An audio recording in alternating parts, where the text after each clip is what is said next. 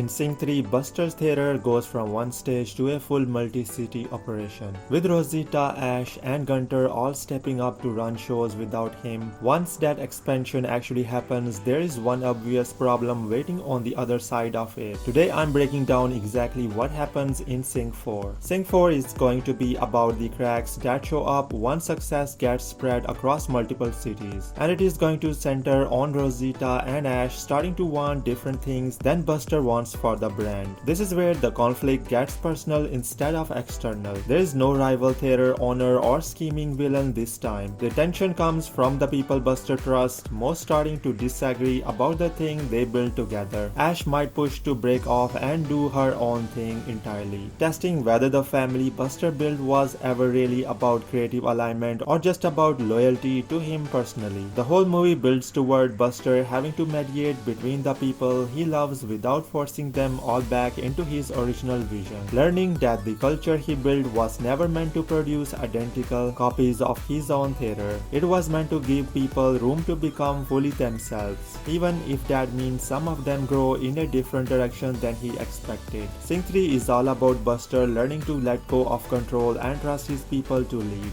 If Scene 4 just have everyone stay perfectly aligned with Buster's original vision forever, it will quietly undo that whole lesson. Real trust means people are allowed to actually diverge, not just execute your plan somewhere else. So Scene 4 tests the lesson at its most uncomfortable point. What happens when the people you trusted enough to let go actually go somewhere you didn't expect? That is the thorough line. Scene 3 hands out real autonomy, and Scene 4 is the story that proves whether Buster can handle what autonomy actually looks like when it doesn't match his plan.